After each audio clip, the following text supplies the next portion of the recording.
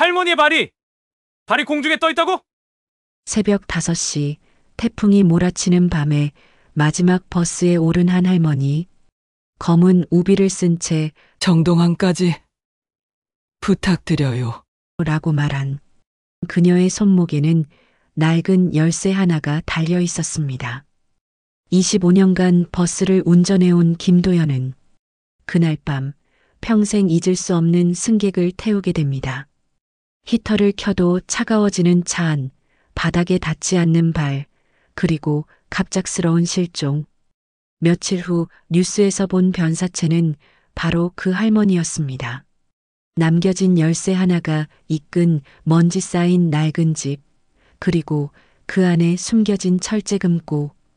도대체 그 안에는 무엇이 들어 있었을까요? 과연 도연은 이 모든 미스터리의 진실을 밝혀낼 수 있을까요? 오늘 오신 모든 분들 건강하고 행복하세요. 이야기 시작합니다. 2025년 3월 7일 새벽 5시 반, 도연은 하품을 참으며 시외버스에 시동을 끄려 했습니다. 오늘도 긴 하루가 끝나가고 있었어요. 12시간 넘게 핸들을 잡고 있던 손목이 뻐근했습니다. 창밖으로는 태풍 전야의 거센 바람이 몰아치고 있었고 빗방울들이 유리창을 세차게 두드리고 있었어요. 이제 집에 가서 따뜻한 차나 한 잔 마셔야겠다.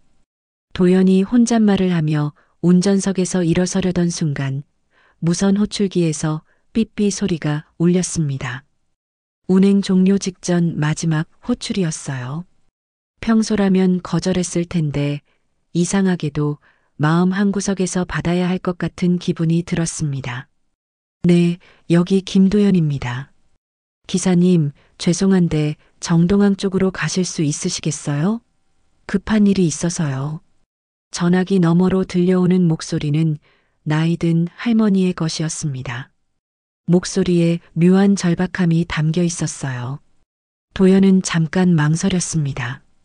정동항까지는 편도로 1시간 반은 걸리는 거리였거든요. 하지만 그 목소리에서 뭔가 거부할 수 없는 간절함이 느껴졌습니다. 알겠습니다. 어디서 태워드릴까요? 시내버스 터미널 정류장에서 기다리고 있겠습니다. 정말 감사해요. 도연은 다시 시동을 걸고 터미널 쪽으로 버스를 돌렸습니다. 비바람이 더욱 거세져서 앞유리 와이퍼가 제대로 작동하지 않을 정도였어요. 가로등 불빛마저 흔들리고 있었습니다. 터미널 정류장에 도착했을 때 도연은 눈을 의심했습니다. 이런 악천후에 누가 밖에 서 있을 거라고 생각했겠어요? 그런데 정말로 한 사람이 서 있었습니다. 검은 우비를 쓴 백발의 할머니였어요. 바람에 휘날리는 우비 자락 사이로 하얀 머리카락이 보였습니다. 도연이 문을 열자 어르신이 천천히 계단을 올라왔습니다. 우비에서 빗물이 뚝뚝 떨어졌어요. 할머니의 얼굴은 우비 모자에 가려져 잘 보이지 않았지만 깊게 팬 주름과 작고 마른 체구가 인상적이었습니다. 정동항까지 부탁드려요. 마지막 배를 타야 합니다. 할머니의 목소리는 전화로 들었을 때보다 더욱 애절했습니다. 마치 무언가에 쫓기는 듯한 다급함이 느껴졌어요. 도연은 고개를 끄덕이며 요금함을 가리켰습니다. 요금은 15,000원입니다. 할머니는 낡은 가죽 지갑에서 돈을 꺼내 요금함에 넣었습니다. 그 순간 도연의 눈에 이상한 것이 보였어요.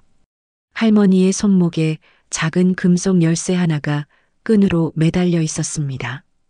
오래된 롯세색 열쇠였는데 무엇을 여는 것인지는 알 수 없었어요. 이상하네. 요즘 누가 열쇠를 손목에 차고 다니나?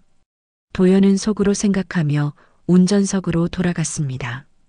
할머니는 맨 뒷자리에 조용히 앉았어요. 거대한 버스 안에 단 둘만 있으니 묘한 적막감이 흘렀습니다. 버스가 출발하자 바깥 날씨는 더욱 험악해졌습니다. 비는 이제 폭우가 되어 앞유리를 두드리고 있었고 바람 소리가 버스 안까지 들려왔어요. 도연은 핸들을 꽉 잡고 조심스럽게 운전했습니다. 이런 날씨에 사고라도 나면 큰일이었거든요. 기사님, 정말 고맙습니다. 이 시간에 나와주셔서요. 뒤에서 할머니의 목소리가 들려왔습니다. 백미러로 살짝 뒤를 보니 할머니가 창밖을 바라보며 앉아 있었어요. 우비를 벗지 않은 채로 말이에요. 괜찮습니다. 그런데 이 시간에 정동항에 가시는 특별한 일이라도 있으신가요? 도연이 조심스럽게 물었습니다. 정동항은 작은 어촌 마을이었는데 이런 새벽 시간에 거기로 가는 사람은 흔치 않았거든요. 해야 할 일이 있어요. 오래 미뤄둔 일이 있습니다. 어르신의 대답은 짧고 의미심장했습니다. 더 이상 묻지 않는 것이 좋겠다는 생각이 들었어요. 어르신의 목소리에는 깊은 슬픔과 후회가 묻어나고 있었습니다. 도연은 운전에 집중하며 생각에 잠겼습니다.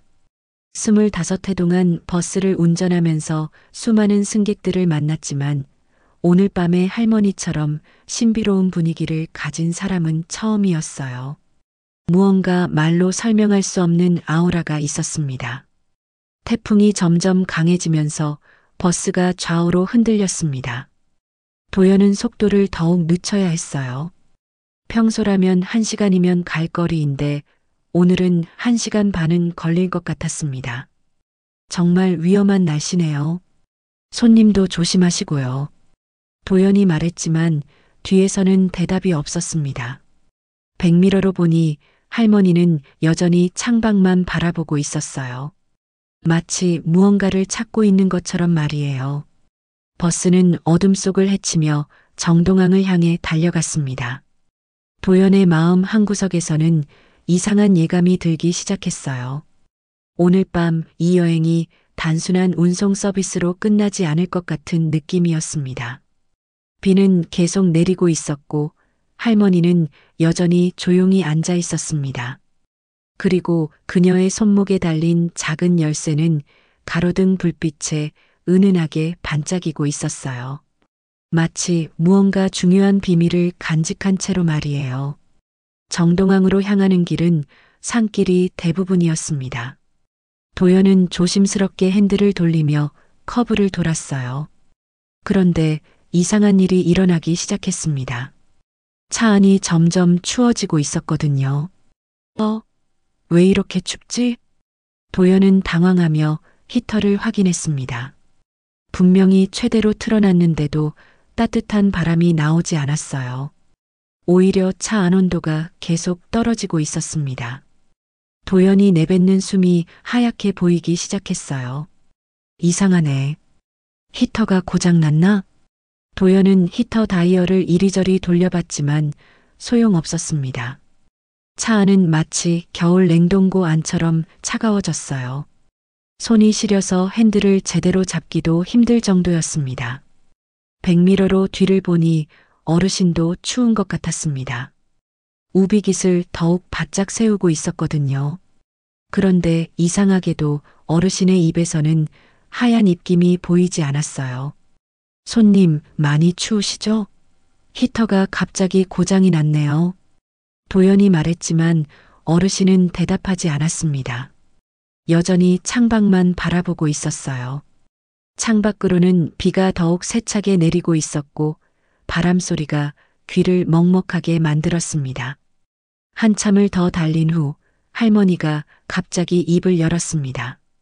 바다는 사람을 기억합니다. 목소리가 너무 조용해서 도연은 잘못 들었나 싶었어요. 무슨 뜻인지 알 수 없는 말이었습니다. 네, 뭐라고 하셨나요? 도연이 다시 물었지만 할머니는 침묵했습니다.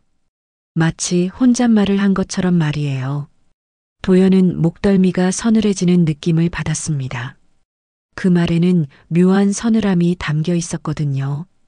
바다가 사람을 기억한다니 무슨 뜻일까? 도연은 속으로 중얼거렸습니다.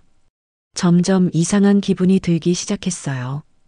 차는 더욱 추워졌고 할머니의 말은 점점 더 수상해졌습니다. 바로 그때 도연은 뒤쪽을 확인하려고 백미러를 들여다봤습니다. 그리고는 눈을 의심했어요. 어르신의 발이 바닥에 닿지 않고 있었거든요.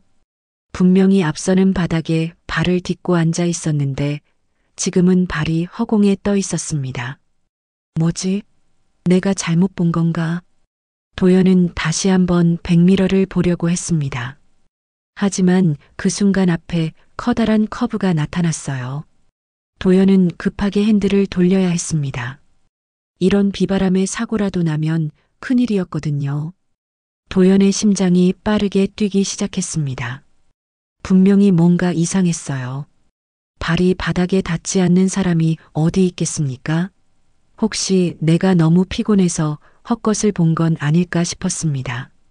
아니야, 분명히 봤어. 발이 떠 있었어. 도연의 손에 식은땀이 났습니다. 핸들을 잡은 손이 덜덜 떨리기 시작했어요. 25년간 버스를 운전하면서 이런 경험은 처음이었습니다. 비는 점점 더 거세게 내리고 있었고 바람도 더욱 강해졌습니다. 앞이 잘 보이지 않을 정도였어요. 도연은 속도를 더욱 늦춰야 했습니다. 그때 갑자기 앞에 큰 나무가지가 도로를 막고 있는 것이 보였습니다. 태풍에 떨어진 것 같았어요. 도연은 깜짝 놀라며 급브레이크를 밟았습니다. 아! 버스가 미끄러지듯 멈췄습니다. 도연은 가슴을 쓸어내리며 뒤를 돌아봤어요. 어르신이 괜찮은지 확인하려고 했거든요. 하지만 거기에는 아무도 없었습니다. 손님이 어디 갔지? 도연은 눈을 크게 뜨고 버스 안을 둘러봤습니다. 분명히 할머니가 맨 뒷자리에 앉아 있었는데 지금은 아무도 없었어요. 마치 처음부터 혼자 운전하고 있었던 것처럼 말이에요. 이게 무슨 일이야? 도연은 당황해서 자리에서 일어났습니다. 혹시 화장실에 간 건 아닐까 싶어 버스 안을 살펴봤어요. 하지만 버스 안에는 정말 아무도 없었습니다. 그런데 할머니가 앉아있던 자리를 보니 이상한 것이 있었습니다. 좌석이 축축하게 젖어 있었어요. 마치 물에 흠뻑 젖은 사람이 앉아 있었던 것처럼 말이에요. 물방울이 좌석에서 바닥으로 뚝뚝 떨어지고 있었습니다. 이게 뭐지? 비에 젖어서 그런 건가? 도연은 혼란스러워했습니다. 할머니의 우비에서 물이 떨어진 것일 수도 있었어요. 하지만 그렇기에는 너무 많은 물이었습니다. 마치 바닷물에 빠진 사람이 앉아 있었던 것처럼 말이에요. 도연이 더 자세히 살펴보니 바닥에 뭔가 떨어져 있었습니다. 작은 금속 열쇠와 함께 작은 종이 쪽지가 있었어요. 바로 할머니의 손목에 달려있던 그 열쇠였습니다. 이게 왜 여기 있지? 도연은 떨리는 손으로 열쇠를 주워들었습니다. 차가운 금속이 손바닥에 닿자 소름이 돋았어요. 종이 쪽지에는 도암동 53-2라는 주소가 적혀 있었습니다. 도연의 머리가 하얗게 변했습니다. 이 모든 일이 이해되지 않았어요. 사람이 갑자기 사라질 수 있나요? 그것도 달리는 버스 안에서 말이에요. 혹시 내가 꿈을 꾸는 건 아닐까? 도연은 자신의 뺨을 꼬집어 봤습니다. 아팠어요. 꿈이 아니었습니다. 정말로 어르신이 사라진 거였어요. 차 안은 여전히 추웠고 비는 계속 내리고 있었습니다. 도연은 손에 쥔 열쇠를 바라보며 생각에 잠겼어요. 분명히 뭔가 의미가 있을 거라는 생각이 들었습니다. 도암동 53-2, 이 주소가 뭘 의미하는 걸까? 도연은 주소표를 다시 읽어봤습니다. 글씨가 물에 젖어서 번져 있었지만 주소는 분명히 읽을 수 있었어요. 누군가가 일부러 남겨둔 것 같았습니다. 그때 갑자기 깨달았습니다. 어르신이 말했던 바다는 사람을 기억합니다라는 말이 계속 머릿속에 맴돌았어요. 그리고 좌석에 남겨진 차가운 물방울들, 허공에 떠있던 발, 갑작스러운 실종까지. 설마 이게 정말. 도연은 입 밖으로 말하지 못했습니다. 너무 무서운 생각이었거든요. 하지만 다른 설명 방법이 없었어요. 모든 것이 너무나 이상했습니다. 손에 쥔 열쇠가 점점 차가워졌습니다. 도연은 열쇠를 주머니에 넣고 다시 운전석에 앉았어요. 마음을 진정시키려고 했지만 쉽지 않았습니다. 바람에 떨어진 나무가지를 치우고 다시 출발해야 했습니다. 하지만 이제 혼자였어요. 텅 빈 버스 안에서 도연만 남겨져 있었습니다. 정말 이상한 일이었어. 도연은 혼잣말을 하며 시동을 걸었습니다. 하지만 주머니 속 열쇠의 무게가 계속 느껴졌어요. 이 모든 일이 단순한 착각으로 끝날 것 같지 않았습니다. 그날 밤 이후로 도연은 잠을 제대로 이루지 못했습니다. 눈을 감으면 할머니의 모습이 떠올랐어요. 모든 것이 꿈같이 느껴졌지만 주머니 속 차가운 열쇠가 그날 밤의 일이 현실이었음을 증명하고 있었습니다. 2025년 3월 10일 아침, 도연은 평소보다 일찍 일어나 텔레비전을 켰습니다. 아침 뉴스를 보면서 마음을 진정시키고 싶었거든요. 그런데 뉴스 앵커의 첫 번째 소식이 도연의 심장을 멈추게 만들었어요. 정동항 근처 절벽 아래에서 여성 변사체가 발견되었습니다. 경찰은 실족사로 추정된다고 밝혔습니다. 도연의 손에서 커피 잔이 떨어질 뻔했습니다. 정동항이라는 지명을 듣는 순간 온몸에 소름이 돋았어요. 바로 그날 밤 할머니가 가려던 바로 그곳이었거든요. 변사자는 70대 여성으로 추정되며 신원 확인을 위해 수사가 진행 중입니다. 태풍이 몰아친 날 실종된 것으로 보입니다. 앵커의 목소리가 계속 들려왔지만 도연은 제대로 듣지 못했습니다. 머릿속이 하얗게 변했어요. 태풍이 몰아친 날이라니 바로 그날을 말하는 거였습니다. 설마 그 할머니가? 도연은 떨리는 목소리로 혼잣말을 했습니다. 하지만 마음 한구석에서는 이미 확신하고 있었어요. 분명히 그날 밤에 할머니와 관련이 있을 거라고 말이에요. 뉴스는 계속되었습니다. 화면에는 정동항의 험한 절벽과 파도가 치는 바다가 보였어요. 그리고 잠깐 동안 변사자의 생전 모습이라며 사진 한 장이 나왔습니다. 도연은 숨이 막혔습니다. 사진 속 인물은 분명히 그날 밤 버스에 탔던 바로 그 어르신이었어요. 백발의 작은 체구, 깊게 팬 주름까지 모든 것이 일치했습니다. 이게 어떻게 가능한 일이야? 도연은 자리에서 벌떡 일어났습니다. 온몸이 떨렸어요. 죽은 사람이 버스를 탄다는 게 말이 되나요? 하지만 사진은 거짓말을 하지 않았습니다. 분명히 같은 사람이었어요. 도연은 거실을 이리저리 걸어다니며 생각을 정리하려고 했습니다. 하지만 머릿속이 너무 복잡했어요. 상식적으로는 이해할 수 없는 일이었거든요. 그럼 나는 정말 귀신을 태운 거야? 말로 내뱉고 나니 더욱 무서워졌습니다. 25년간 버스를 운전하면서 이런 일은 상상도 해본 적이 없었어요. 귀신 이야기는 텔레비전에서나 보는 것이라고 생각했거든요. 도연은 주머니에서 열쇠를 꺼내 바라봤습니다. 낡은 노쇠색 열쇠는 여전히 차갑고 무거웠어요. 이것만이 그날 밤의 일이 실제로 일어났다는 유일한 증거였습니다. 도암동 53-2 도연은 함께 남겨진 주소표를 다시 읽어봤습니다. 글씨가 물에 젖어번져 있었지만 여전히 읽을 수 있었어요. 이 주소가 무엇을 의미하는지 궁금했습니다. 뉴스에서는 계속해서 변사 사건에 대한 소식이 나오고 있었습니다. 경찰은 특별한 타살 혐의점은 발견되지 않았다고 발표했어요. 태풍 때문에 실족한 사고로 결론 지으려는 것 같았습니다. 하지만 도연은 알고 있었습니다. 그 할머니가 정동항에 도착하기도 전에 이미 돌아가신 상태였다는 것을 말이에요. 그렇다면 왜 버스에 나타났을까요? 무엇 때문에 도연 앞에 모습을 드러낸 걸까요? 마지막 배를 타야 합니다.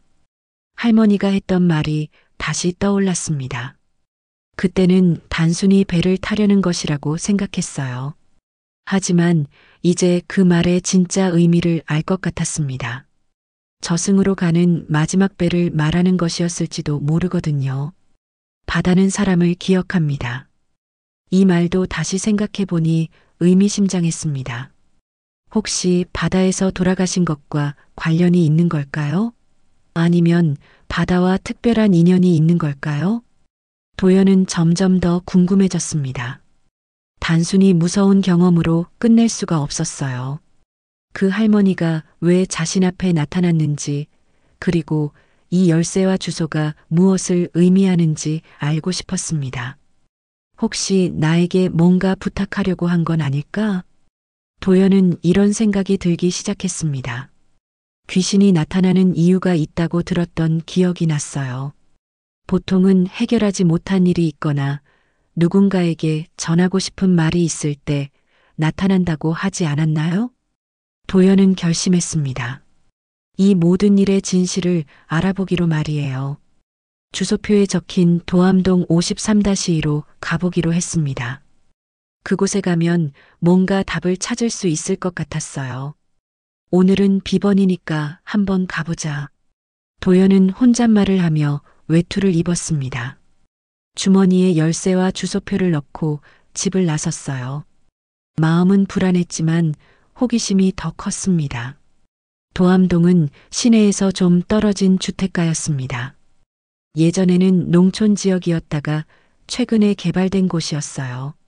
도연은 내비게이션을 켜고 53-2번지를 찾아갔습니다. 도착해보니 조용한 단독주택가였습니다. 집들이 듬성듬성 서 있었고 아직 개발이 덜 된 느낌이었어요. 53-2번지는 골목 안쪽에 있는 낡은 단층 집이었습니다. 여기가 맞나? 도연은 대문 앞에 서서 집을 바라봤습니다. 오래된 벽돌집이었는데 사람이 살고 있는 것 같지 않았어요. 우편함에는 광고지들이 가득 쌓여 있었고 마당에는 잡초가 무성했습니다. 도연의 심장이 다시 빠르게 뛰기 시작했습니다. 이곳이 그 할머니와 어떤 관련이 있는 걸까요? 그리고 이 열쇠는 무엇을 여는 것일까요? 이게 단순한 우연일까? 아니면 정말 부탁인 걸까? 도연은 자신에게 물어봤습니다.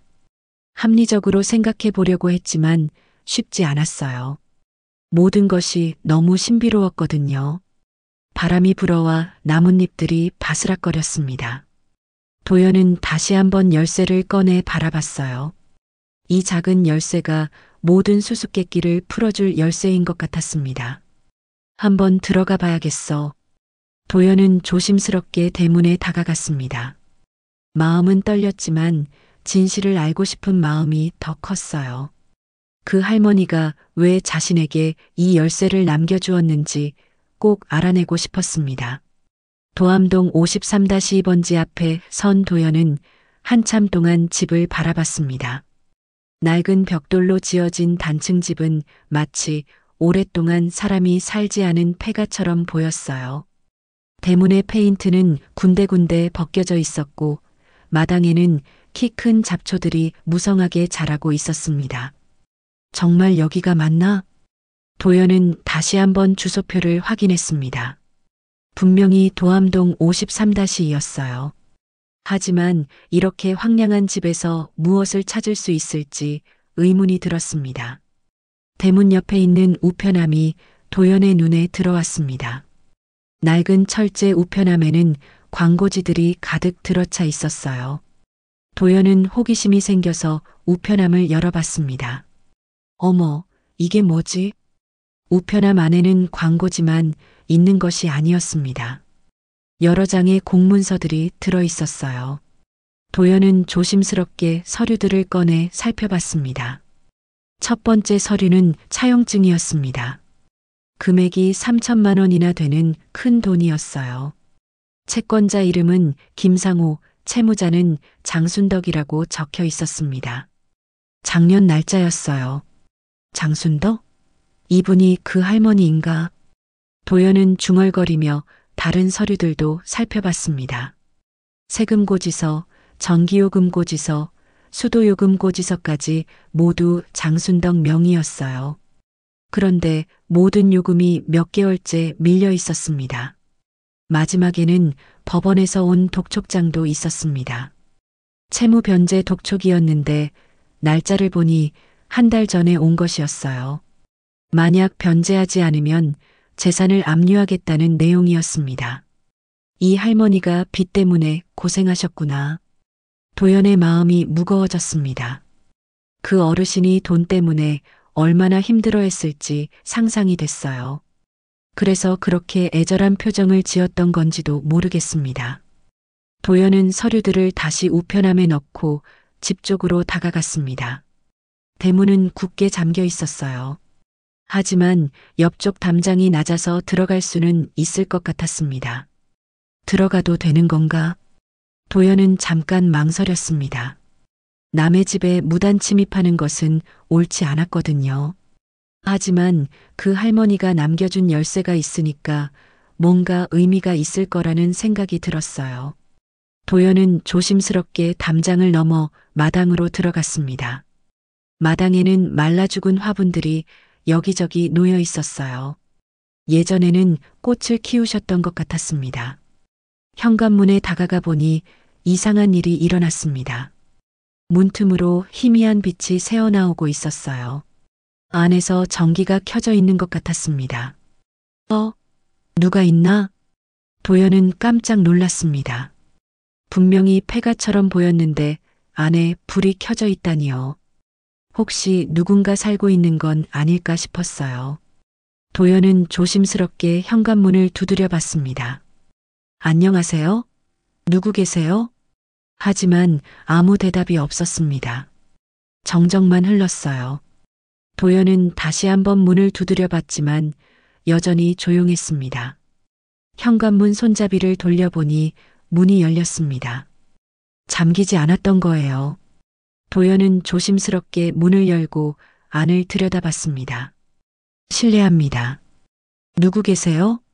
도연이 다시 한번 불러봤지만 대답은 없었습니다. 안에서는 오래된 냄새가 났어요. 먼지와 습기가 섞인 냄새였습니다.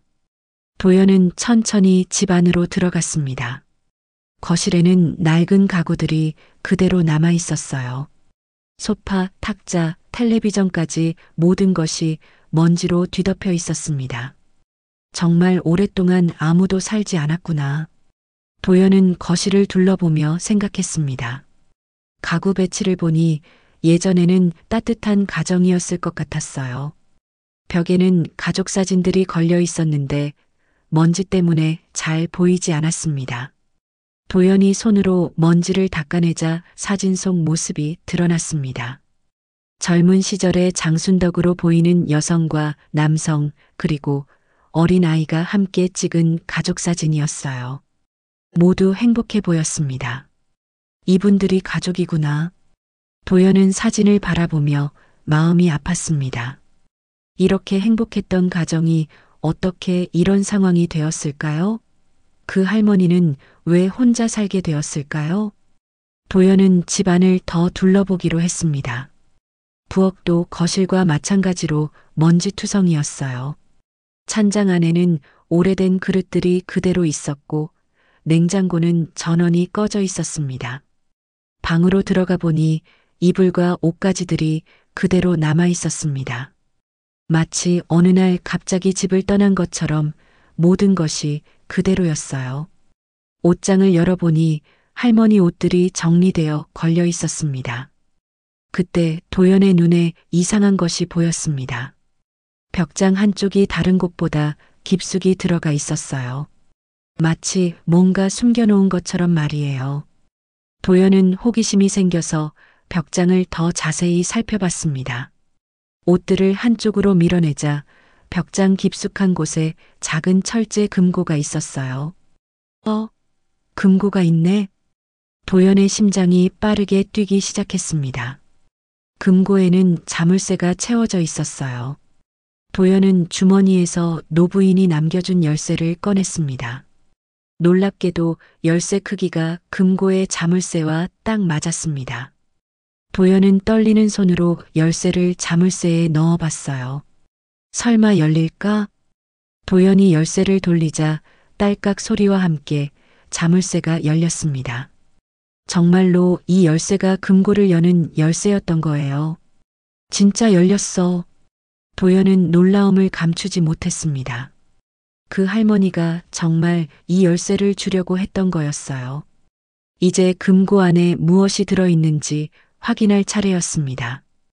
도연은 조심스럽게 금고 문을 열었습니다. 안에는 3개의 봉투가 들어있었어요. 각각 다른 크기의 봉투들이었습니다.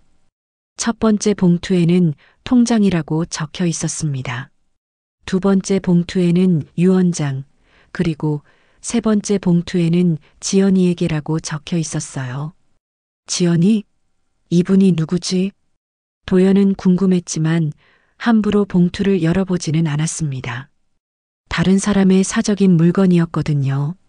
하지만 분명히 중요한 것들인 것 같았어요. 도연은 잠깐 생각에 잠겼습니다. 그 할머니가 왜 자신에게 이 열쇠를 남겨주었을까요? 분명히 이 금고를 열어보라는 뜻이었을 거예요. 그렇다면 이 봉투들을 어떻게 해야 할까요? 이걸 누군가에게 전해줘야 하는 건가? 도연은 혼잣말을 했습니다. 특히 지연이에게라고 적힌 봉투가 신경 쓰였어요. 분명히 그 할머니에게 소중한 사람인 것 같았습니다. 도연은 봉투들을 그대로 두고 금고 주변을 더 살펴봤습니다. 혹시 다른 단서가 있을지도 모르거든요. 금고 바닥에는 작은 수첩이 하나 더 있었어요. 수첩을 펼쳐보니 전화번호와 주소들이 적혀 있었습니다. 그 중에서도 태식이 전화번호라고 적힌 부분이 눈에 띄었어요. 아마 가족이나 친척의 연락처인 것 같았습니다. 도연은 점점 상황을 이해하기 시작했습니다. 그 할머니가 혼자 지내시다가 어떤 이유로 돌아가셨고 이 중요한 물건들을 누군가에게 전해달라고 자신에게 부탁한 것 같았어요. 이제 뭘 해야 할지 알겠어. 도연은 마음을 정했습니다. 이 봉투들을 적절한 사람에게 전해주는 것이 그 할머니의 마지막 소원인 것 같았어요. 그것이 자신이 해야 할 일이라는 확신이 들었습니다. 도연은 금고 앞에서 한참을 망설였습니다. 다른 사람의 사적인 물건을 함부로 열어봐도 되는 걸까요? 하지만 그 할머니가 직접 이 열쇠를 자신에게 맡겼다는 생각이 들었어요. 분명히 의미가 있을 거였습니다. 지연이에게라고 적힌 봉투가 가장 신경 쓰였습니다.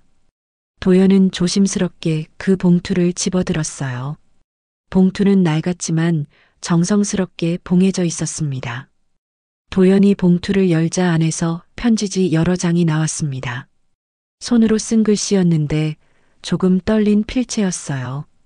아마 나이가 드셔서 그런 것 같았습니다. 편지의 첫 줄을 읽는 순간 도연의 가슴이 먹먹해졌습니다. 내 사랑하는 손녀 지연아. 할머니가 손녀에게 쓴 편지였어요. 도연은 계속 읽어내려갔습니다. 할머니가 이 편지를 쓰는 이유는 너에게 진실을 말하고 싶어서란다. 내 아들은 나를 버렸다. 돈이 없다고 빚이 많다고 해서 나와 연락을 끊었어. 하지만 너만은 다르다고 생각했는데 너마저 아빠 말만 듣고 할머니를 외면했구나. 도연의 눈에 눈물이 맺혔습니다. 할머니의 서러운 마음이 글 한 줄 한 줄에서 느껴졌어요. 계속 읽어보니 더욱 가슴 아픈 이야기가 나왔습니다. 하지만 할머니는 너를 원망하지 않는다. 너는 아직 어리니까 어른들 말을 따를 수밖에 없었을 거야. 그래서 할머니가 남은 돈을 모두 너에게 남기려고 한다. 손녀 지연에게 이 돈을 남긴다. 도연은 편지를 읽으며 상황을 이해하기 시작했습니다. 가족들이 할머니를 버렸다는 거였어요. 아마 경제적 문제 때문에 연락을 끊은 것 같았습니다. 편지는 계속되었습니다. 이 돈은 내 할아버지가 남겨준 것이다. 할아버지가 도박을 해서 빚을 많이 졌지만 할머니가 집을 팔아서 모든 빚을 갚았어. 그리고 남은 돈을 너를 위해 모아두었단다. 도연은 깜짝 놀랐습니다. 남편의 도박빚을 대신 갚기 위해 집을 팔았다는 거였어요. 그래서 지금 이 낡은 집에서 혼자 지내셨던 거였습니다. 도연은 유언장도 열어봤습니다. 법적 효력이 있도록 정식으로 작성된 유언장이었어요. 거기에도 손녀 지연의 이름이 명시되어 있었습니다. 모든 재산을 손녀에게 물려준다는 내용이었어요. 이 할머니가 얼마나 손녀를 사랑하셨을까. 도연은 감동했습니다. 가족들에게 버림받았지만 여전히 손녀만큼은 사랑하고 계셨던 거예요. 그래서 마지막까지 손녀를 위해 돈을 모아두셨던 겁니다. 세 번째 봉투인 통장 봉투를 열어보니 정말로 은행 통장이 들어 있었습니다. 잔액을 보니 5천만 원이 넘는 큰 돈이었어요. 할머니가 평생 모은 돈이었을 겁니다. 하지만 통장과 함께 있던 다른 서류들을 보니 더욱 마음이 아팠습니다. 부동산 매매 계약서가 있었는데 할머니가 예전에 살던 집을 팔았다는 내용이었어요. 매매 금액은 1억 원이었습니다. 그리고 채무변제 확인서도 있었습니다. 남편의 도박빚 5천만 원을 모두 갚았다는 증명서였어요. 결국 할머니는 집을 팔아서 남편의 빚을 갚고 남은 돈으로 이 작은 집을 사서 혼자 지내셨던 거였습니다. 정말 고생 많이 하셨구나. 도연의 목소리가 떨렸습니다. 할머니가 얼마나 힘드셨을지 상상이 됐어요. 남편의 잘못 때문에 평생 모은 재산을 다 잃고 가족들에게마저 버림받았으니까요. 편지의 마지막 부분을 읽으니 더욱 눈물이 났습니다. 지연아, 할머니는 너를 정말 사랑한다. 비록 이제는 만날 수 없지만 이 돈으로 내가 하고 싶은 공부를 마음껏 하길 바란다. 그리고 가끔은 할머니를 생각해줘. 할머니는 항상 너를 응원하고 있을 거야. 도연은 편지를 다 읽고 나서 한참 동안 아무 말도 할 수 없었습니다. 가슴이 너무 아팠거든요. 이렇게 따뜻한 할머니를 가족들이 어떻게 버릴 수 있었을까요? 도연은 금고에서 나온 모든 서류들을 다시 정리해 봤습니다. 편지, 유언장, 통장, 부동산 매매 계약서, 채무변제 확인서까지 모든 것이 할머니의 희생과 사랑을 보여주는 증거들이었어요. 이 할머니가 왜 나에게 나타났는지 이제 알겠어. 도연은 확신했습니다. 할머니가 자신에게 나타난 이유는 이 편지와 돈을 손녀에게 전해달라는 부탁이었을 거예요. 가족들이 연락을 끊어서 직접 전할 방법이 없었던 거였습니다. 도연은 또 다른 서류를 발견했습니다. 병원 진료 기록지였는데 할머니가 심장병을 앓고 계셨다는 내용이었어요. 약값도 만만치 않았을 텐데 그래도 손녀를 위해 돈을 아끼셨던 거였습니다. 정말 위대한 할머니였어. 도연의 눈에서 눈물이 흘러내렸습니다. 이런 할머니를 어떻게 버릴 수 있었을까요? 돈이 없다고 해서 가족을 포기하는 게 맞나요? 도연은 특히 아들에게 화가 났습니다. 어머니가 아버지의 빚까지 대신 갚아주셨는데 그런 어머니를 버린다는 게 말이 되나요? 부모의 은혜를 생각하면 절대 할 수 없는 일이었어요. 이런 불효자식이 어디 있어? 도연은 분노했습니다. 시니어 세대들이 가장 화내는 것이 바로 불효였거든요. 아무리 힘들어도 부모를 버리면 안 되는 거였습니다. 하지만 손녀는 다를 수도 있었어요. 편지를 보니 할머니도 손녀를 원망하지 않으셨거든요. 아직 어려서 어른들 말을 따를 수밖에 없었을 거라고 이해하고 계셨습니다. 도연은 결심했습니다. 이 편지와 돈을 꼭 손녀에게 전해주겠다고 말이에요. 그것이 할머니의 마지막 소원이었을 테니까요. 이건 누군가에게 전해야 해. 도연은 진심 어린 목소리로 말했습니다. 더 이상 이 일을 혼자만의 비밀로 남겨둘 수 없었어요. 할머니의 사랑을 손녀에게 전해주는 것이 자신의 사명이라고 생각했습니다. 도연은 모든 서류들을 다시 봉투에 넣고 금고를 닫았습니다. 하지만 열쇠는 그대로 가지고 있기로 했어요. 언젠가 손녀를 만나면 이 모든 것을 전해줄 생각이었습니다. 할머니, 제가 꼭 전해드릴게요. 도연은 빈집을 향해 조용히 말했습니다. 마치 할머니가 어디선가 듣고 계실 것 같았거든요. 이제 손녀 지연을 찾아야 했습니다. 하지만 어떻게 찾을 수 있을까요? 연락처도 모르고 어디에 사는지도 몰랐어요. 하지만 포기할 수는 없었습니다. 분명히 방법이 있을 거였어요. 도연은 집을 나서며 다시 한번 마음을 다잡았습니다. 할머니의 마지막 소원을 꼭 이뤄드리겠다고 결심했어요. 그것이 그날 밤 할머니를 태워드린 의미일 거라고 생각했습니다. 도연은 집으로 돌아와서 할머니가 남긴 서류들을 다시 한번 자세히 살펴봤습니다. 유언장에 적힌 이름들을 확인해 보니 아들의 이름이 장태식이라고 되어 있었어요. 그리고 금고에서 찾은 수첩에도 태식의 전화번호가 적혀 있었습니다. 이 사람을 먼저 만나봐야겠어. 도연은 결심했습니다. 손녀를 찾기 전에 먼저 아들과 이야기해 보는 것이 순서인 것 같았어요. 아무래도 가족이니까 할머니의 뜻을 전해주면 이해할 거라고 생각했습니다. 다음 날인 2025년 3월 11일, 도연은 장태식의 전화번호로 연락을 취했습니다. 몇 번의 통화 끝에 만날 약속을 잡을 수 있었어요. 태식은 부동산 중개업소를 운영하고 있다고 했습니다. 도연은 약속 장소인 태식의 사무실로 향했습니다. 시내 중심가에 있는 꽤 큰 부동산 중개업소였어요. 유리창에는 장태식 공인중개사 사무소라는 간판이 크게 걸려 있었습니다. 사무실 안으로 들어가니 한 남자가 책상에 앉아 컴퓨터를 보고 있었습니다. 40대 후반쯤 되어 보이는 남자였는데 정장을 말끔하게 차려입고 있었어요. 얼굴에는 할머니의 모습이 조금 보였습니다. 장태식 씨신가요? 전화로 약속 잡은 김도연입니다. 도연이 인사하자 태식이 고개를 들었습니다. 그런데 표정이 썩 좋지 않았어요. 마지못해 만나준다는 느낌이 들었습니다. 아, 네. 앉으세요. 그런데 무슨 일로 저를 찾으시는 거죠? 태식의 목소리는 차갑고 사무적이었습니다.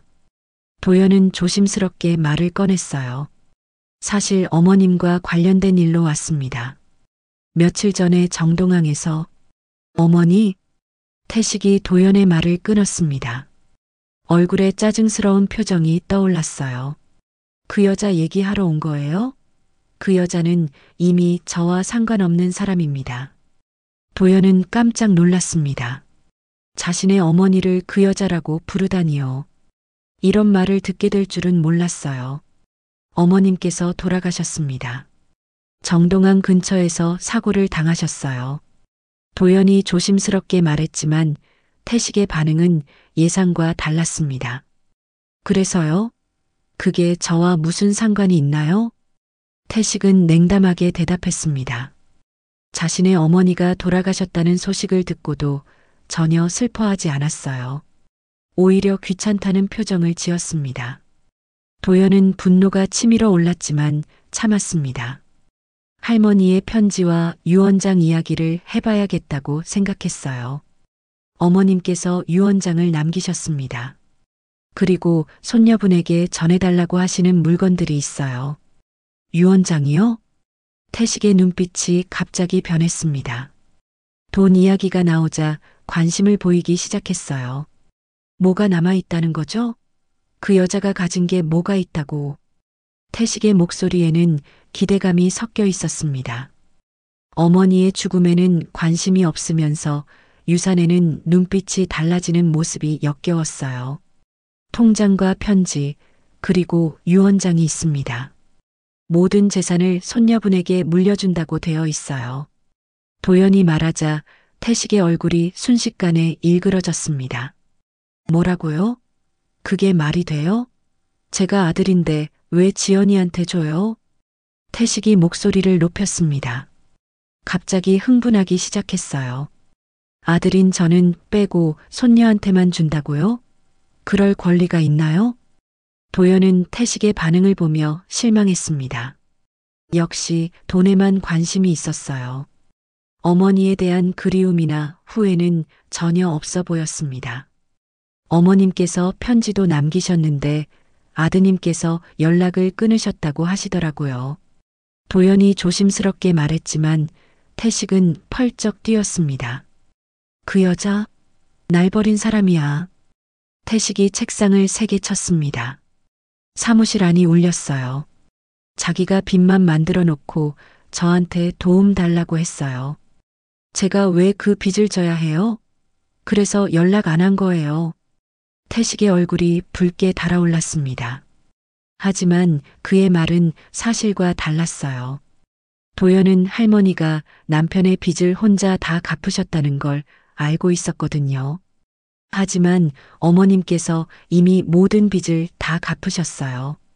집을 팔아서 남편분의 도박빚까지 모두 정리하셨다고요. 도연이 사실을 말하자 태식이 잠깐 당황했습니다. 하지만 곧 다른 핑계를 댔어요. 그래도 그 여자 때문에 제가 얼마나 고생했는데요. 이웃들 시선도 그렇고 아버지 도박 때문에 창피해서 얼굴 들고 다닐 수가 없었어요. 태식은 자신을 합리화하려고 했습니다. 하지만 도연이 보기에는 그냥 변명일 뿐이었어요. 그렇다면 손녀분에게라도 어머님의 마지막 뜻을 전해주시면 안 될까요? 지연 씨를 만날 수 있게 연락처를 알려주세요. 도연이 부탁했지만 태식의 반응은 더욱 격해졌습니다. 안 돼요. 그 돈은 제가 받아야 할 돈이에요. 제가 아들인데 왜 지연이가 받아야 해요? 태식이 소리쳤습니다. 완전히 이성을 잃은 상태였어요. 지연이는 그냥 학생이에요. 그 돈이 뭔지도 몰라요. 제가 관리해 주는 게 맞죠? 태식의 말에서 탐욕이 고스란히 드러났습니다. 딸을 걱정하는 척하지만 실제로는 자신이 돈을 가로채려는 속셈이었어요. 어머님의 뜻은 분명합니다. 유언장에도 명시되어 있고요. 도연이 말했지만 태식은 들으려 하지 않았습니다. 유언장이 뭐 대수라고요? 법적으로 따져보면 제가 더 우선순위예요. 그리고 그 여자가 정신이 멀쩡했는지도 의심스러워요. 태식은 어머니의 정신 상태까지 의심했습니다. 정말 어처구니 없는 말이었어요. 도연은 더 이상 참을 수 없었습니다. 이런 아들을 둔 할머니가 얼마나 슬프셨을까요? 그럼 저는 할머니의 뜻대로 직접 손녀분을 찾아서 전해드리겠습니다. 도연이 일어서자 태식이 더욱 화를 냈습니다. 안 된다고 했잖아요. 당신이 뭔데 남의 가족일에 끼어들어요? 태식이 도연의 앞을 막아섰습니다. 눈에는 분노와 탐욕이 가득했어요. 나가세요. 지금 당장 나가라고요. 태식이 사무실 문을 가리키며 소리쳤습니다. 완전히 이성을 잃은 상태였어요. 도연은 더 이상 할 말이 없었습니다. 이런 사람과는 대화가 불가능했거든요. 조용히 사무실을 나왔습니다. 사무실 밖으로 나온 도연은 한참 동안 숨을 고르며 생각했습니다. 정말 충격적인 경험이었어요. 어떻게 자신의 어머니를 저렇게 대할 수 있을까요? 진짜로 탐욕은 산 사람에게 있었구나. 도연은 혼잣말을 했습니다. 할머니는 돌아가신 후에도 손녀를 걱정하고 계셨는데 살아있는 아들은 오직 돈에만 관심이 있었어요. 도연은 더욱 확신했습니다. 절대로 태식에게 할머니의 재산을 맡길 수는 없었어요. 반드시 손녀 지연을 직접 찾아서 할머니의 뜻을 전해줘야 했습니다. 할머니, 걱정하지 마세요. 제가 꼭 지연 씨를 찾아서 전해드릴게요. 도연은 하늘을 바라보며 다짐했습니다. 이제 혼자서라도 손녀를 찾아야 했어요. 그것이 할머니의 마지막 소원을 이루는 길이었습니다. 태식을 만나고 난 후 사흘 동안 도연은 밤잠을 설쳤습니다. 손녀 지연을 찾을 방법이 도저히 떠오르지 않았거든요. 성이 장씨이고 이름이 지연이라는 것 외에는 아무것도 모르는 상황이었어요. 서울에 장지연이라는 이름을 가진 사람이 얼마나 많겠습니까? 하지만 포기할 수는 없었습니다. 할머니의 간절한 부탁이었고 그 불효자 아들에게 돈을 맡길 수는 없었거든요.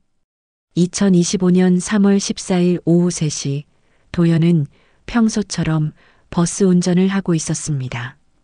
고등학교 하교 시간이라 학생들이 줄지어 탔어요. 그런데 한 여학생이 버스에 올라타는 순간 도연의 눈이 커졌습니다. 가슴에 달린 네임택에 장지연이라고 적혀 있었거든요. 도연의 심장이 쿵쾅거리기 시작했습니다. 혹시 이 학생이 바로 그 손녀일까요? 아니면 단순한 동명이인일까요? 도연은 손에 땀이 나는 것을 느꼈어요. 백미러로 그 학생을 자세히 관찰했습니다. 키는 중간 정도이고 단정하게 뒤로 묶은 머리카락, 그리고 맑은 눈동자가 인상적이었어요. 뭔가 할머니와 닮은 구석이 있는 것 같았습니다. 특히 조용하고 차분한 분위기가 말이에요. 어떻게 확인하지? 도연은 고민에 빠졌습니다. 함부로 개인정보를 물어볼 수도 없는 노릇이었거든요. 하지만 이런 기회를 놓칠 수도 없었어요. 다음 정류장에서 버스를 세운 도연은 용기를 내어 뒤돌아봤습니다. 학생이 내릴 준비를 하고 있었어요. 학생 미안한데 혹시 할머니 성함이 장순덕이시라고 아는 분인가요? 갑작스러운 질문에 지연이 깜짝 놀라며 도연을 바라봤습니다. 두 눈이 동그랗게 커지면서 당황스러운 표정을 지었어요. 네. 어떻게 저희 할머니를 아세요? 지연의 대답을 듣는 순간 도연은 온몸에 전류가 흐르는 듯한 느낌을 받았습니다. 정말로 그 할머니의 손녀였어요. 하늘이 도와주신 건지 이런 기적 같은 일이 일어났던 거였습니다. 혹시 시간이 되시면 잠깐 이야기 좀 할 수 있을까요? 할머니와 관련해서 꼭 전해드려야 할 말씀이 있거든요. 도연의 진지한 표정과 목소리에 지연은 뭔가 심상치 않다는 걸 느꼈습니다. 고개를 끄덕이며 승낙했어요. 도연은 다음 동료에게 연락해서 버스 교대를 부탁했습니다. 그리고 지연과 함께 정류장 근처 작은 카페로 향했어요. 조용하고 아늑한 곳에서 이야기하는 것이 좋을 것 같았거든요. 카페 구석 자리에 앉은 지연은 여전히 어리둥절한 표정이었습니다. 도연은 커피를 주문하면서 마음을 정리했어요. 이 순수한 학생에게 할머니의 죽음을 어떻게 전해야 할까요? 학생은 평소에 할머니와 자주 만나시나요? 도연이 조심스럽게 물었습니다. 지연의 밝던 표정이 순식간에 어두워졌어요. 어깨가 축 늘어지면서 한숨을 쉬었습니다. 아니요, 요즘은 전혀 못 뵙고 있어요. 아빠가 할머니와 연락하지 말라고 하셔서요. 지연의 목소리에는 깊은 아쉬움과 그리움이 묻어 있었습니다. 도연은 그 말을 듣고 가슴이 찢어지는 것 같았어요. 태식이 정말로 모녀 간의 연결고리까지 끊어버렸던 거였습니다. 아버님이 왜 그러시는 줄 아세요? 정확히는 모르겠어요. 갑자기 할머니 얘기만 나오면 얼굴이 벌개지면서 화를 내시거든요. 할머니가 우리 가족한테 나쁜 짓을 했다고 하시는데 저는 도저히 믿을 수가 없어요. 지연이 고개를 저으며 말했습니다. 아버지의 말을 완전히 받아들이지 않고 있다는 게 느껴졌어요. 할머니에 대한 사랑이 그만큼 깊었던 거였습니다. 도연은 더욱 신중해졌습니다. 이 아이가 할머니의 죽음을 모르고 있다는 사실이 너무나 충격적이었거든요. 최근에 할머니 소식을 들어보신 적이 있나요? 도연의 질문에 지연은 깊게 한숨을 쉬었습니다. 아니요, 벌써 4개월째 연락을 못 드리고 있어요. 아빠가 제 핸드폰에서 할머니 전화번호까지 지워버리셨거든요. 할머니 집 주소도 알려주지 않으시고요. 지연의 말을 들은 도연은 주먹을 꽉 쥐었습니다. 태식이라는 인간이 얼마나 악독한지 새삼 깨달았어요. 할머니와 손녀 사이를 완전히 차단해버렸던 거였습니다. 사실은요. 도연은 깊은 숨을 쉬고 천천히 말을 시작했습니다. 할머니께서 일주일 전에 돌아가셨어요. 정동항 근처 바다에서 사고를 당하셨습니다. 지연의 얼굴에서 순식간에 모든 혈색이 빠져나갔습니다. 입술이 파르르 떨리기 시작했고 눈에는 금세 눈물이 고였어요. 그럴 리가 없어요. 할머니가 돌아가시다니. 지연이 목소리를 떨며 부정했습니다. 받아들이고 싶지 않다는 표정이 역력했어요. 정말 미안해요 하지만 할머니께서 학생에게 꼭 전해달라고 하신 것들이 있어서요. 도연은 가방에서 금고에 있던 3개의 봉투를 조심스럽게 꺼냈습니다. 지연은 흐르는 눈물을 손으로 닦으며 봉투들을 바라봤어요. 이게 뭐예요? 할머니께서 평생에 걸쳐 학생만을 위해 준비하신 편지와 유언장, 그리고 통장이에요. 도연의 설명에 지연은 더욱 놀란 표정을 지었습니다. 자신을 위해서라니요? 할머니가 저를 위해서요? 하지만 저는 할머니를 버렸는데. 지연의 목소리가 점점 작아졌습니다. 죄책감과 후회로 가득 찬 표정이었어요. 도연은 조심스럽게 지연이에게라고 적힌 봉투를 지연의 앞으로 밀었습니다. 지연은 떨리는 손으로 봉투를 받아들었어요. 할머니의 편지부터 읽어보세요. 지연은 눈물을 몇 번 닦고 나서 봉투를 열었습니다. 할머니의 정성스러운 손글씨가 적힌 편지지를 꺼내더니 첫 줄부터 읽기 시작했어요. 내 사랑하는 손녀 지연아. 편지의 첫 줄을 읽는 순간부터 지연의 어깨가 덜덜 떨리기 시작했습니다. 눈물이 줄줄 흘러내렸어요. 편지를 읽어갈수록 지연의 울음소리는 점점 커졌습니다. 편지를 다 읽은 지연은 테이블에 엎드려 목 놓아 울기 시작했습니다. 할머니가 날 버린 게 아니었네요. 지연이 울부짖으며 말했습니다. 그동안 자신이 얼마나 큰 오해를 하고 있었는지 깨달은 거예요. 할머니는 끝까지 저만을 생각하고 계셨구나. 집까지 팔아서 할아버지 빚을 갚으시고 그래도 저를 위해서 돈을 모아두셨다니. 지연은 편지를 꼭 안고 계속 울었습니다. 할머니의 희생과 사랑을 이제야 알게 된 거였어요. 그런데 저는 아빠 말만 믿고 할머니를 나쁜 사람이라고 생각했어요. 정말 나쁜 손녀예요. 지연이 자신을 원망하며 말했습니다. 도연도 보고 있기가 힘들 정도였어요. 아니에요. 학생 잘못이 아니에요. 미성년자인 학생이 어떻게 어른들 말을 거역할 수 있겠어요? 할머니도 그걸 다 이해하고 계셨어요. 도연이 다정하게 위로했습니다. 그리고 유언장과 통장이 든 봉투도 보여줬어요. 할머니께서 5천만 원이 넘는 돈을 모두 학생에게 남겨주셨어요. 이런 건 진짜 사랑이 아니면 절대 할 수 없는 일이에요. 지연은 통장을 보고 입을 막았습니다. 이렇게 큰 돈이 있다는 걸 상상도 못했거든요. 할머니는 이 돈으로 제가 대학교에 가서 하고 싶은 공부를 하길 원하셨구나. 그래서 평생 아끼고 절약하셨던 거네요. 지연이 편지를 다시 읽으며 중얼거렸습니다. 할머니의 진짜 마음을 이해하기 시작한 거예요. 도연은 이 광경을 보며 가슴이 뭉클해졌습니다. 할머니의 순수한 사랑이 드디어 손녀에게 전해진 거였어요. 바로 이 순간을 위해 할머니가 그날 밤 자신의 버스에 탄 거였습니다. 이게 내 사명이구나. 도연은 마음속으로 확신했습니다. 그날 밤의 모든 신비로운 경험들이 바로 이 순간을 위한 것이었어요.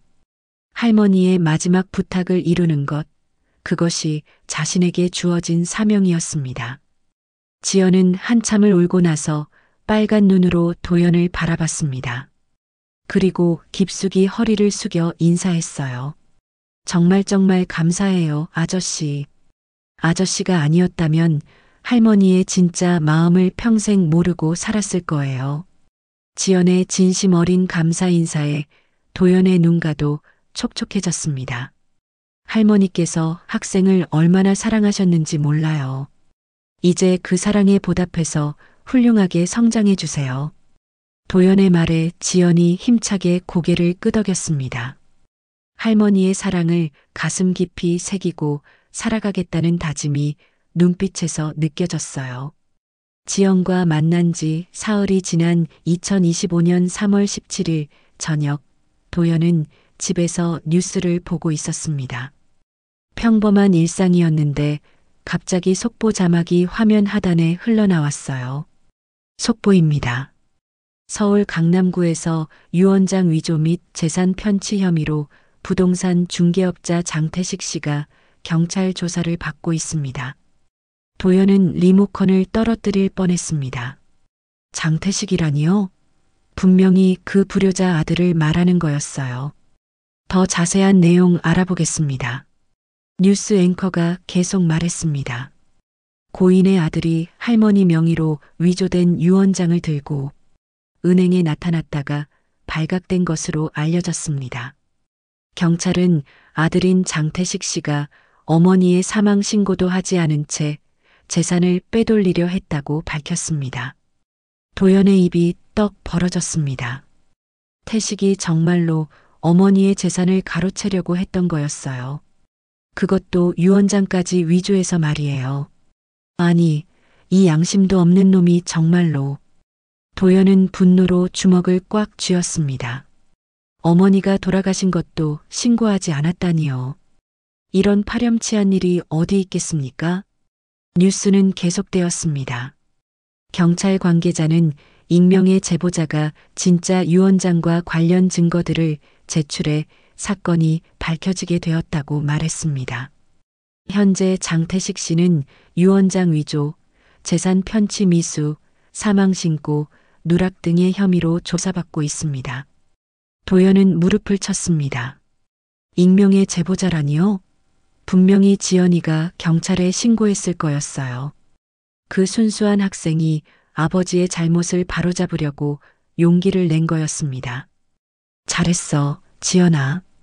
도연은 혼잣말을 하며 뉴스를 계속 지켜봤습니다. 화면에는 태식이 경찰서에서 나오는 모습이 나왔어요. 고개를 숙이고 기자들의 질문을 피하는 모습이 초라해 보였습니다.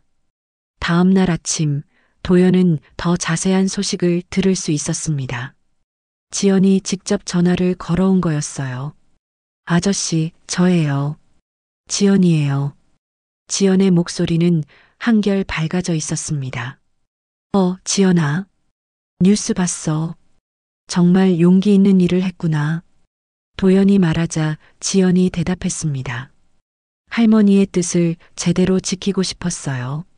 아빠가 하는 일이 너무 잘못되었다고 생각했거든요. 지연의 말에서 확고한 의지가 느껴졌습니다. 할머니의 사랑을 받은 후 완전히 달라진 거였어요.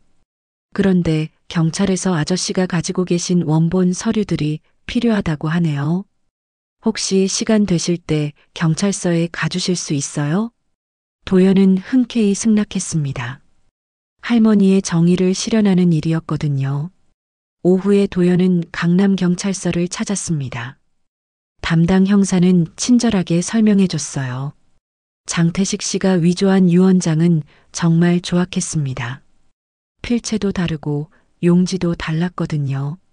그런데 선생님이 가져오신 진본과 비교해 보니 확실하게 구분이 되네요. 형사가 도연이 가져온 할머니의 편지와 유언장을 보여줬습니다. 특히 이 편지의 필체와 진짜 유언장의 필체가 완전히 일치합니다. 위조범은 할머니의 글씨체를 제대로 따라하지도 못했어요. 도연은 다행이라는 생각이 들었습니다. 할머니가 남긴 증거들이 모든 진실을 밝혀준 거였어요. 그리고 부동산 매매 기록과 채무 변제 기록도 모두 확인됐습니다. 장태식 씨가 주장했던 내용과는 정반대네요. 형사는 서류들을 펼쳐 보여줬습니다. 할머니께서 남편의 도박빚 5천만 원을 혼자서 다 갚으셨어요. 집을 팔아서 말이죠. 그런데 아들은 한 푼도 도움을 주지 않았습니다. 도연은 다시 한번 할머니의 희생에 가슴이 아팠습니다. 그리고 태식의 뻔뻔함에 분노했어요. 장태식 씨는 지금도 자신은 잘못이 없다고 주장하고 있습니다. 하지만 증거가 너무 명확해서 변명의 여지가 없어요. 형사의 말에 도연은 고개를 끄덕였습니다. 진실은 항상 밝혀지기 마련이었어요. 경찰서를 나온 도연은 지연에게 전화를 걸었습니다. 모든 증거가 확실하다고 하더라. 내가 용기를 내서 신고한 덕분이야. 감사해요, 아저씨. 그런데 제가 결정한 게 하나 더 있어요. 지연의 목소리에는 특별한 의미가 담겨 있었습니다. 할머니가 남겨주신 돈 중에서 일부를 장학금으로 기부하려고 해요. 할머니 이름으로요. 도연은 깜짝 놀랐습니다. 그런 아름다운 생각을 하다니요. 장순덕 할머니 추모 장학금이요. 경제적으로 어려운 학생들이 공부할 수 있도록 도와주고 싶어요. 지연의 말에 도연은 감동했습니다. 정말로 할머니의 사랑을 제대로 이해한 거였어요. 며칠 후 도연은 뉴스에서 또 다른 소식을 접했습니다. 장학금 기부 소식이었어요. 고등학생 장지연 양이 돌아가신 할머니를 기리며 교육청에 3천만 원을 장학금으로 기부했습니다. 장순덕 할머니 추모 장학금은 매년 10명의 학생에게 지급될 예정입니다. 화면에는 지연이 교육청에서 기부 증서를 받는 모습이 나왔어요. 환하게 웃는 모습이 할머니와 닮아 보였습니다. 그리고 마지막에는 놀라운 장면이 펼쳐졌습니다. 기부식장에 태식이 나타난 거였어요. 하지만 이전과는 완전히 다른 모습이었습니다. 태식은 딸 앞에서 무릎을 꿇고 머리를 숙였습니다. 지연아, 아빠가 정말 잘못했다. 할머니께도 너에게도 용서를 구한다. 태식의 목소리는 떨리고 있었습니다. 경찰 조사를 받으면서 자신의 잘못을 깨달은 것 같았어요. 지연은 한참을 망설이다가 아버지의 손을 잡아 일으켰습니다. 아빠, 이제라도 잘못을 인정해 주셔서 감사해요. 할머니도 용서해 주실 거예요. 지연의 너그러운 마음에 주변 사람들이 모두 감동했습니다. 도연도 멀리서 이 장면을 지켜보며 눈물을 흘렸어요. 태식은 딸과 함께 할머니 묘소를 찾았습니다. 그리고 무덤 앞에서 진심으로 사죄했어요. 어머니, 정말 죄송합니다. 제가 너무 어리석었습니다.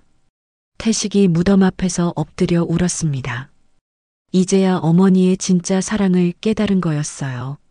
지연도 할머니 무덤 앞에 꽃을 올렸습니다. 할머니, 아빠가 이제 정신을 차렸어요.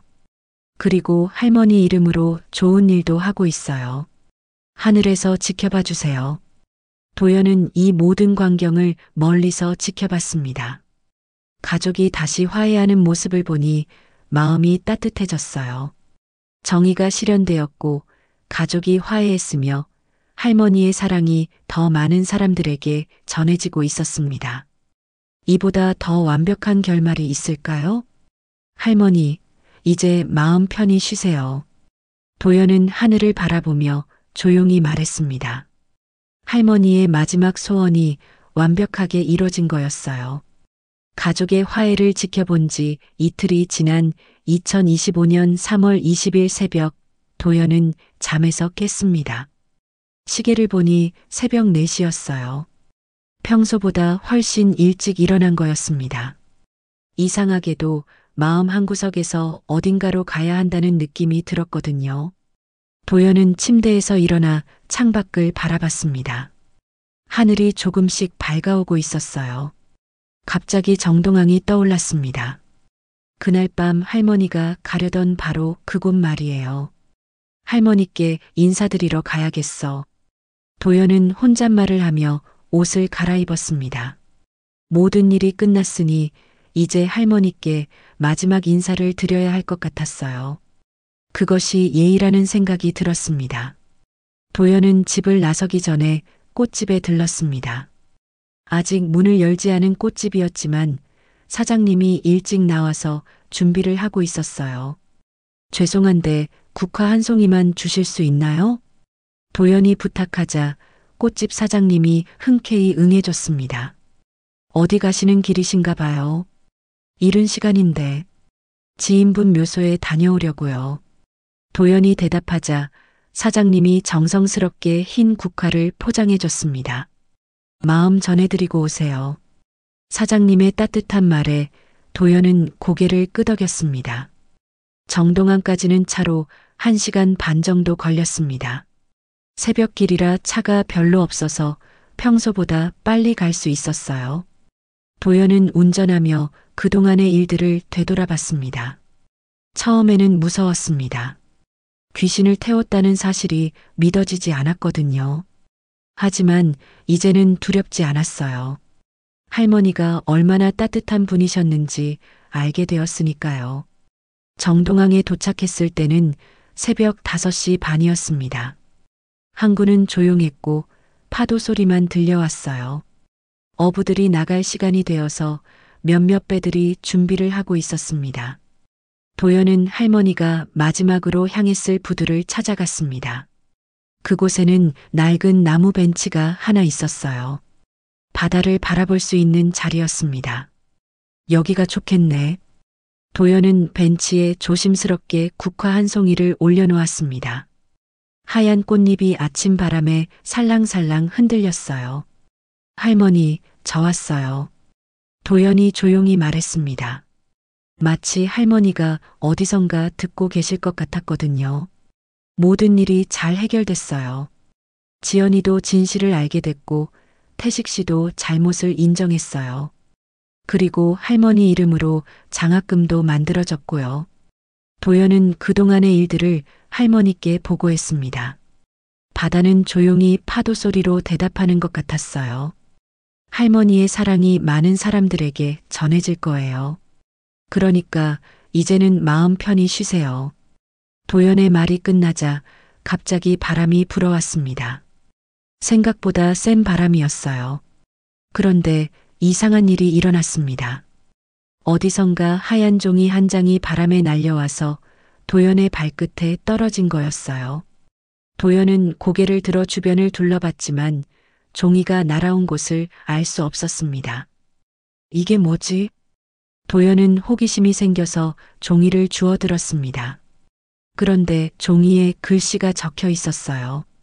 손으로 쓴 글씨였는데 어디선가 본 것 같은 필체였습니다. 도연이 글씨를 자세히 보니 깜짝 놀랐습니다.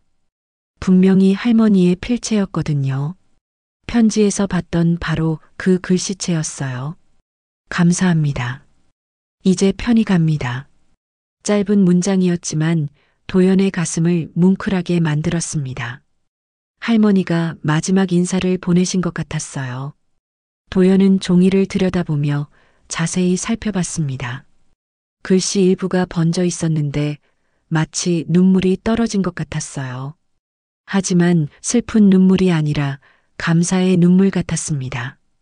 할머니, 도연의 목소리가 떨렸습니다. 정말로 할머니가 보내신 메시지인 것 같았거든요. 과학적으로는 설명할 수 없는 일이었지만 마음으로는 확신할 수 있었어요. 도연은 종이를 가슴에 꼭 안고 바다를 바라봤습니다. 파도가 잔잔하게 밀려왔다가 다시 빠져나갔어요.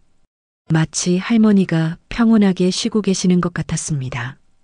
그때 동쪽 하늘이 조금씩 밝아지기 시작했습니다. 해가 떠오르려는 거였어요. 도연은 벤치에 앉아서 일출을 기다렸습니다. 몇 분 후 수평선 너머로 붉은 태양이 모습을 드러냈습니다. 바다 위로 황금빛 햇살이 쏟아져 내렸어요. 그 모습이 너무나 아름다웠습니다. 햇살이 바다 표면에 반짝이면서 무수한 다이아몬드가 흩어진 것 같았어요. 도연은 이런 아름다운 일출을 본 적이 없었습니다. 마치 할머니가 마지막 선물을 주시는 것 같았거든요. 정말 아름답네요, 할머니. 도연이 중얼거렸습니다. 이 순간 모든 두려움과 걱정이 사라졌어요. 할머니가 정말로 평안하게 쉬고 계시다는 확신이 들었습니다. 바람이 다시 불어와서 국화 꽃잎들을 날려보냈습니다.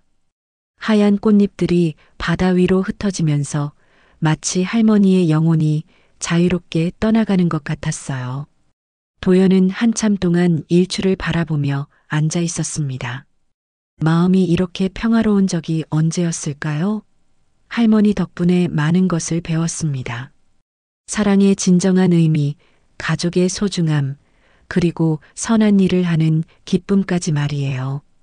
태양이 완전히 떠오르자 어부들이 배를 끌고 바다로 나갔습니다. 새로운 하루가 시작되는 거였어요. 도연도 이제 일상으로 돌아가야 할 시간이었습니다.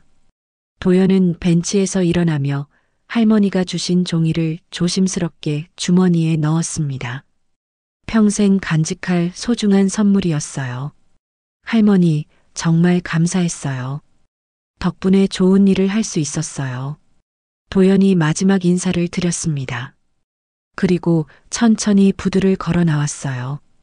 돌아가는 길에 도연은 마음이 가벼웠습니다. 무거운 짐을 내려놓은 기분이었거든요. 할머니의 마지막 소원을 이뤄드렸고 가족들도 화해했으며 많은 사람들에게 도움이 되는 일까지 할 수 있었으니까요. 이제 정말 끝이구나. 도연은 백미러로 정동항을 바라보며 생각했습니다. 하지만 끝이 아니라 새로운 시작인 것 같았어요. 할머니가 가르쳐 주신 사랑과 선행을 계속 실천하며 살아가야겠다는 다짐이 들었습니다. 바다 위로 떠오른 아침 햇살은 여전히 아름답게 빛나고 있었습니다.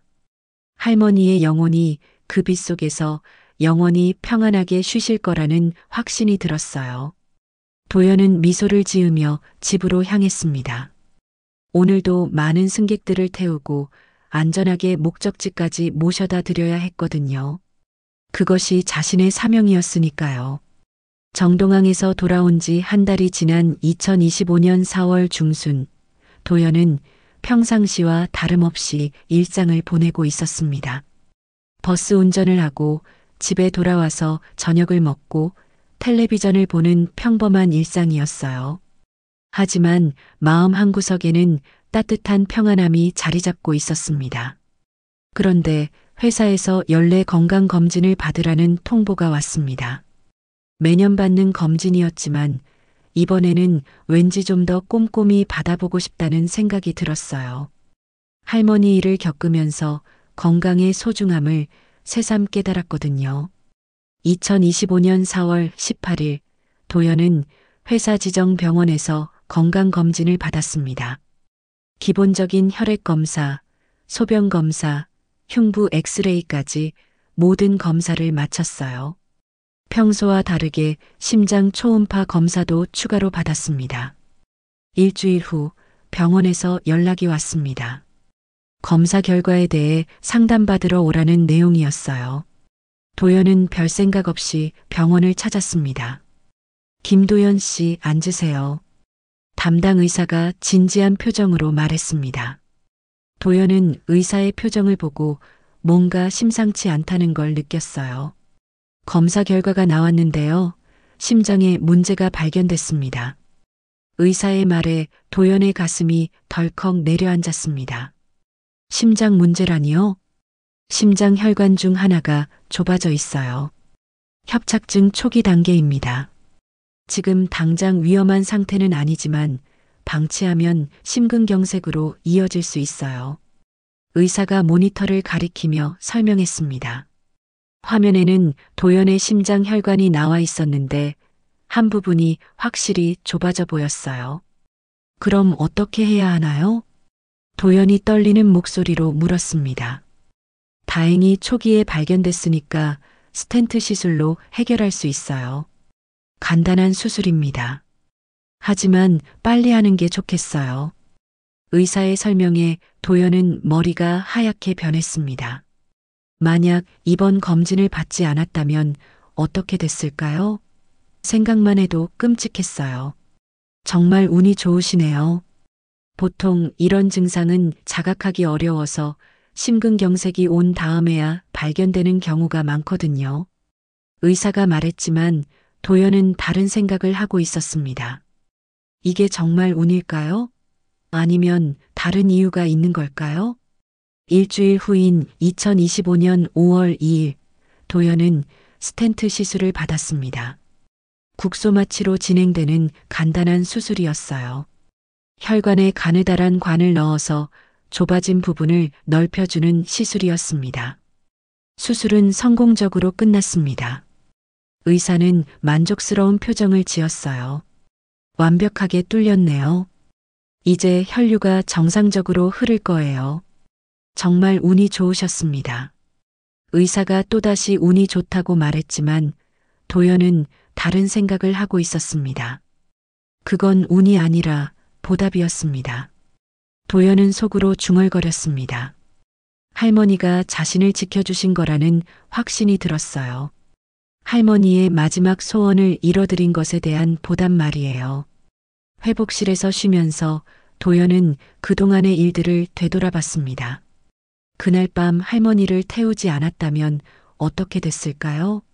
아마 이런 건강검진도 받지 않았을 거고 심장병도 모른 채 지냈을 거예요. 그러다가 어느 날 갑자기 쓰러졌을지도 모르겠습니다. 할머니가 저를 살려주신 거네요. 도연은 감사한 마음이 들었습니다. 처음에는 무서웠지만 결국 할머니는 자신에게 큰 선물을 주신 거였어요. 3일 후 도연은 완전히 회복되어 퇴원했습니다. 의사는 일주일 정도 쉬고 일상생활로 돌아가도 된다고 했어요. 앞으로는 정기검진 꼭 받으시고 건강관리 잘하세요.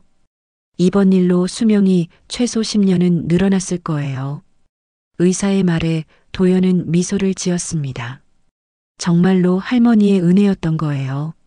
퇴원하는 길에 도연은 꽃집에 들렀습니다. 흰 국화 한 송이를 샀어요. 할머니께 감사 인사를 드리러 가려고 했거든요. 다음 날 도연은 다시 정동항을 찾았습니다. 그 낡은 벤치에 국화를 놓고 할머니께 인사를 드렸어요. 할머니 덕분에 건강을 되찾았어요. 정말 감사해요. 바다는 잔잔했고 바람은 부드럽게 불고 있었습니다. 할머니가 미소 지으며 듣고 계시는 것 같았어요. 그 이후로 도연은 건강한 일상을 보냈습니다. 버스 운전도 더욱 안전하게 했고 승객들에게도 더 친절해졌어요. 할머니가 가르쳐 주신 사랑과 배려를 실천하려고 노력했습니다. 그리고 매년 3월 7일이 되면 도연은 어김없이 정동항을 찾았습니다. 할머니를 처음 만난 그날을 기념해서 말이에요. 항상 흰 국화 한 송이를 가져가서 벤치에 올려놓았습니다. 2026년 3월 7일, 1년이 지난 후에도 도연은 정동항을 찾았습니다. 벤치에 국화를 놓고 할머니께 근황을 보고했어요. 할머니, 지연이가 대학교에 잘 다니고 있어요. 할머니 장학금도 많은 학생들에게 도움이 되고 있고요. 태식 씨는 진짜 반성하고 새 사람이 됐어요. 도연은 할머니께 좋은 소식들을 전해드렸습니다. 그리고 자신의 건강도 완전히 회복됐다고 보고했어요. 할머니 덕분에 제가 새로운 인생을 살고 있어요. 정말 감사해요. 바다 위로 햇살이 반짝이고 있었습니다. 할머니의 사랑이 여전히 빛나고 있는 것 같았어요. 2027년 3월 7일에도 2028년 3월 7일에도 도연은 빠짐없이 정동항을 찾았습니다. 해마다 같은 자리, 같은 벤치에 국화 한 송이를 올려놓았어요. 그것이 할머니와의 약속이었습니다. 어느새 도연도 60이 넘는 나이가 되었습니다. 하지만 건강하게 버스를 운전하고 있었어요. 할머니가 지켜주신 덕분이었습니다. 젊은 승객들이 도연을 인자한 기사 아저씨라고 부를 때면 뿌듯했습니다. 할머니가 가르쳐 주신 사랑을 잘 실천하고 있다는 생각이 들었거든요. 그리고 가끔 혼자 있을 때면 하늘을 바라보며 생각했습니다. 그날 밤 할머니를 만난 것이 자신의 인생에서 가장 큰 행운이었다고 말이에요. 처음에는 무서운 귀신이라고 생각했지만 알고 보니 자신을 구원해 주신 천사였던 거였습니다. 할머니는 떠나셨지만 사랑은 영원히 남아 있었어요. 도연은 오늘도 버스 핸들을 잡고 안전 운행을 합니다. 그리고 마음속으로 할머니께 감사 인사를 드려요. 자신에게 새로운 삶을 선물해 주신 것에 대해서 말이에요. 죽은 자는 떠났지만 사랑은 남습니다. 그 사랑이 또 다른 사람에게 전해져서 세상을 더욱 따뜻하게 만들고 있어요. 할머니의 사랑처럼 말이에요. 도연은 오늘도 핸들을 잡고 길을 달립니다. 그리고 가끔 백미러를 통해 뒷좌석을 바라볼 때면 생각해요. 그날 밤의 일이 정말 꿈이었을까 하고 말이에요. 하지만 주머니 속 작은 종이가 그날의 기억이 진짜였음을 말해줍니다. 감사합니다. 이제 편히 갑니다라고 적힌 할머니의 마지막 편지 말이에요. 세상에는 때로 과학으로 설명할 수 없는 일들이 일어납니다. 사랑하는 사람을 향한 간절한 마음이 죽음마저 넘나드는 기적을 만들어내기도 하죠. 죽은 자는 떠났지만 사랑은 남습니다. 그 사랑이 또 다른 누군가에게 전해져 세상을 조금 더 따뜻하게 만들어가고 있어요. 당신도 혹시 그런 경험이 있으신가요? 설명할 수 없지만 분명히 느꼈던 누군가의 사랑을 말이에요. 댓글로 의견 남겨주시고 구독, 좋아요, 도 부탁드립니다.